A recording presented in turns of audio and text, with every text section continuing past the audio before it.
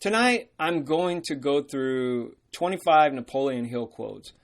If you don't know who Napoleon Hill is or was, he was an author of the book Think and Grow Rich, which is probably one of the most famous self-help books ever written. And he's like a gold mine for positive quotes. And that's what I want to do tonight. I just want to talk about his quotes. And I got these from an Instagram person named Napoleon Hillbot. I didn't create these myself. Napoleon Hill created the quotes, but this person or persons put the quotes together. So I just downloaded them and now I'm talking about them. All right, let's go with the first one. If you believe yourself unfortunate because you have loved and lost, perish the thought. One who has loved truly can never lose entirely. So he's saying that as long as you loved, you can never lose. Even if your relationship went sour, as long as you put in your best effort and you love that person, it's a win. All right, second one. Most great people have attained their greatest success just one step beyond their greatest failure. In Think and Grow Rich, there's a story about somebody who was mining for gold and they gave up. The gold was really just a few feet away from where they were mining, so if they had stuck with it, they could have been rich, but somebody else got the gold. All right. Awake, arise, and assert yourself, you dreamers of the world. Your star is now in ascendancy. Do something. Act. That's the greatest thing you can do is just do something. Make some kind of effort toward whatever it is that you want to achieve. Just do it.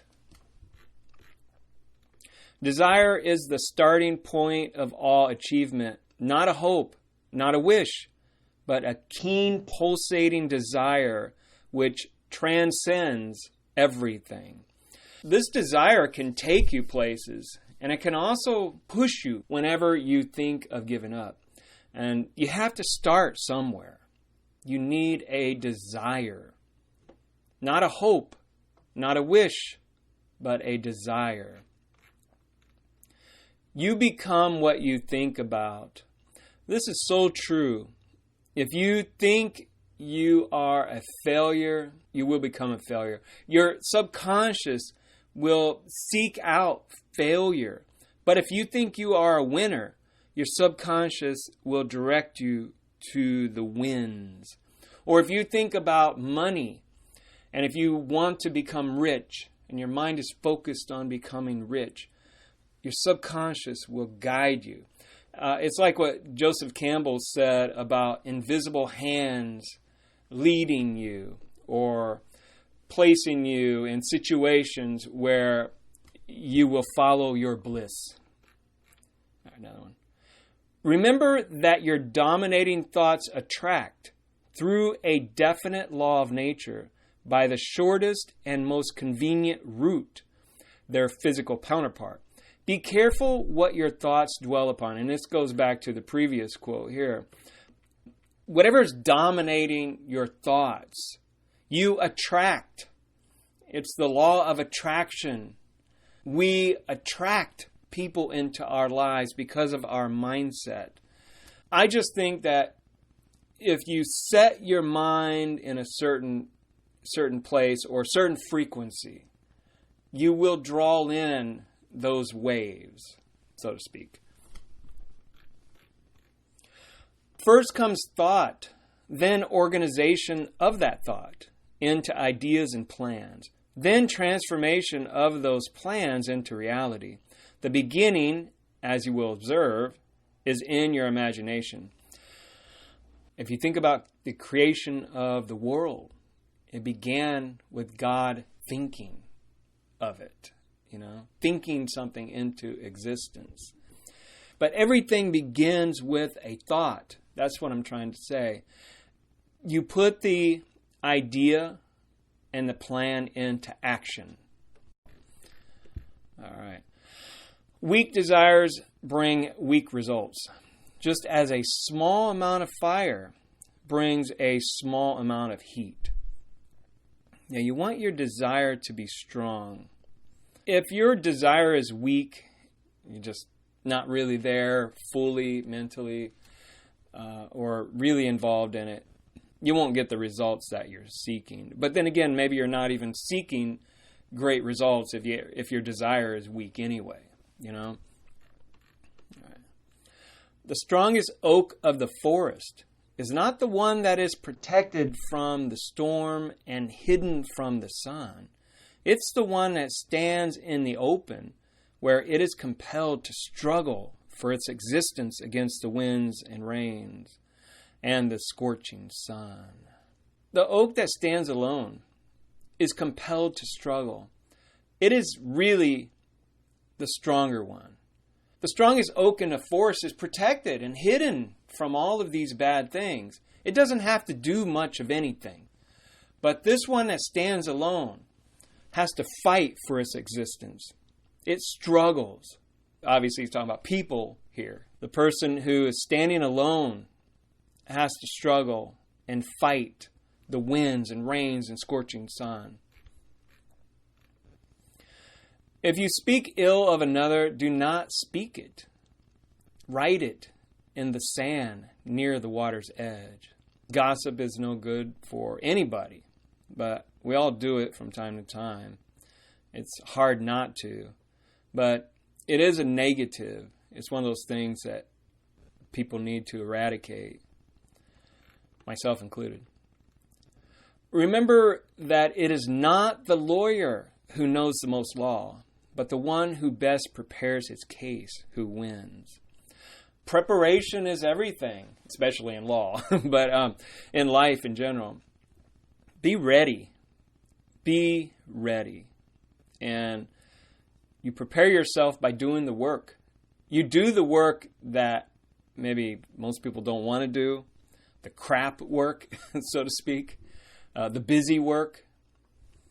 But that's one of the ways of becoming a success. Any ideas, plan, or purpose may be placed in the mind through repetition of thought.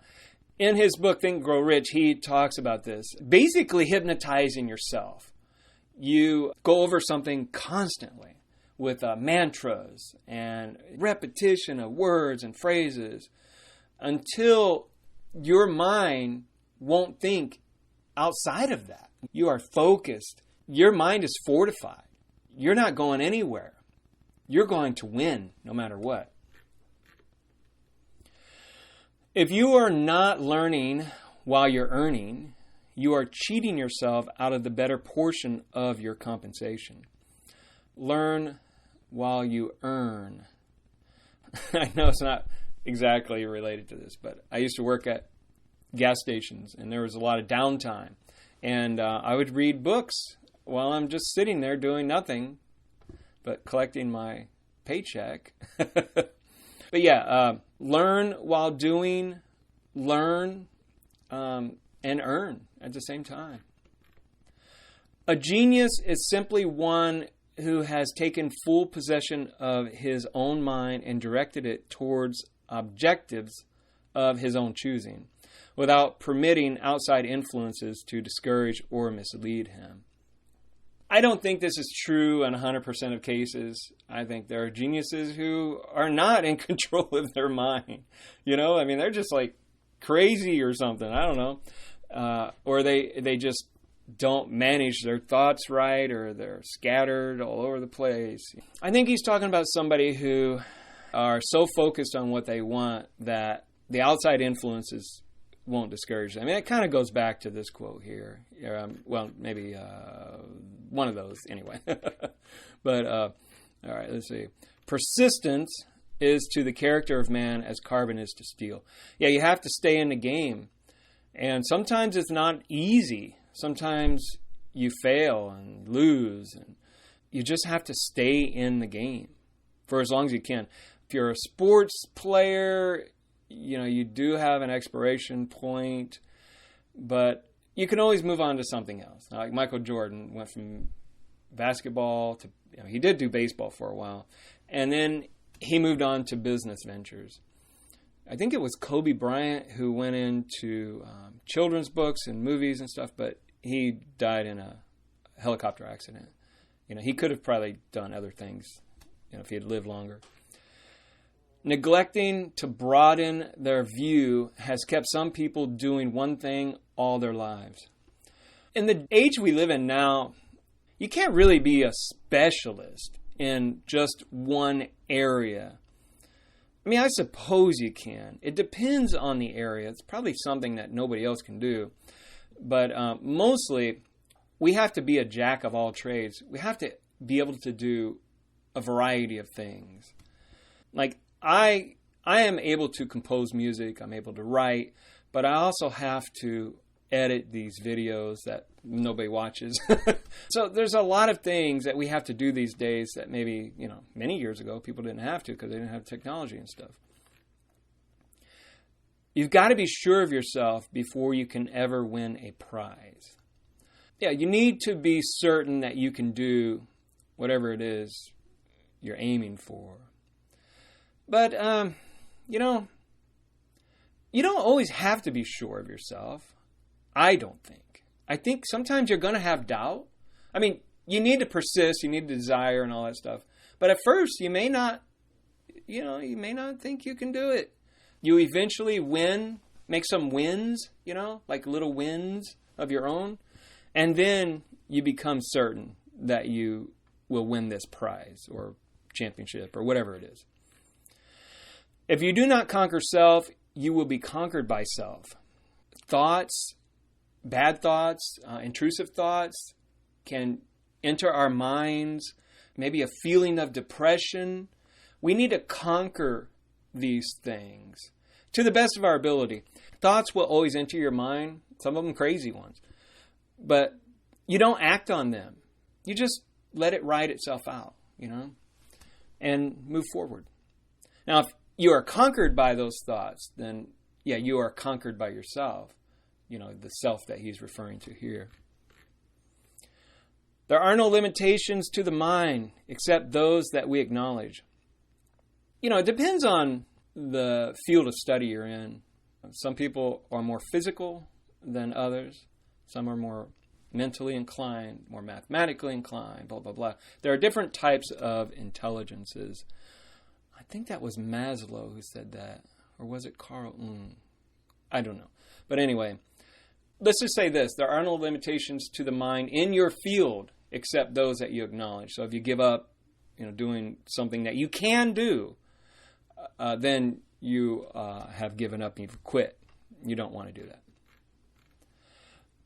When you are able to maintain your own highest standards of integrity, regardless of what others may do, you are destined for greatness. What is integrity? I guess it depends, It depends on what field you're in. Some fields probably have a different standard of integrity that he's talking about. I think he's talking about a standard, a moral standard. But what if you're in a field that, like journalism, let's say, or something like that, where you don't really have high moral standards of integrity? You could just do whatever you want, print whatever you want, lie. Are those people destined for greatness? Probably not, but some, maybe. I don't know. Hold a picture of yourself long and steadily enough in your mind's eye, and you will be drawn toward it. This is like the invisible hands analogy that Joseph Campbell used. You hold the picture in your mind. That means you are priming your subconscious to direct itself towards whatever, and draw in these waves of energy, positive energy. I know that sounds kind of new agey, but that's the only way I can think of it. The subconscious is like your radio tower, sending out all these signals, or your cell phone tower, whichever. And you're sending out all these signals, and you're drawing in the people or the situations that you want. All right.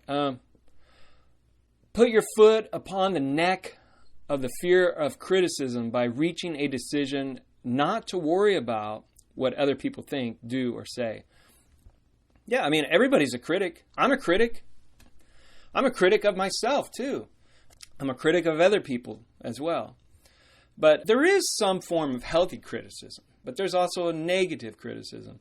And we just can't be afraid of criticism in general, especially the constructive type. I try to be a constructive critic to some people. And they don't often listen to what I'm saying, or they just get angry. We refuse to believe that which we don't understand. This is true in some cases. I mean, some people have to be convinced to believe in something. I'll tell you something. I believed in evolution. I was an atheist for the longest time because I really didn't understand religion that much. And I didn't care to. I didn't want to. But there were a few times I became very ill, and I turned towards the spiritual side of things. And I started to understand what it all meant and why people believed. And I started to believe, and I do now. But for most of my life, I was an atheist. And so I refused to believe that which I didn't understand. You know. Cherish your vision and your dreams, as they are the children of your soul, the blueprints of your ultimate achievements. Yeah, you want to keep your vision alive, and you want to cherish your dreams. You know, I know. I don't know if they are children of your soul, but maybe your vision and your dreams can be thought of like children, let's say. And like he says, they are the blueprints of your ultimate achievements. I like that. I think that's interesting, you know. A goal is a dream with a deadline. I think that's the last one, yeah. There's what I think a macro goal and probably thousands of micro goals. So let's say my ultimate goal is to become wealthy. So that's the big macro goal. But my micro goals in getting there, I have to set this up day after day, hour after hour, or however I'm going to do it. The micro goals are what really get me there to my macro goal. You understand what I'm saying? So, you know, it's true. A goal is a dream with a deadline. He talks about in Think, Grow Rich to set yourself a deadline, you know, when you are going to achieve whatever it is you want. Now, Tony Robbins would say if you don't reach that deadline, just create another, you know, set another deadline, you know, until you get there. You know what I mean? So, but I see what he's saying here. So I hope you enjoy this video. If you watched it, I don't know. I hope it helped. All right. Talk to you later. Bye, and have a good day or night.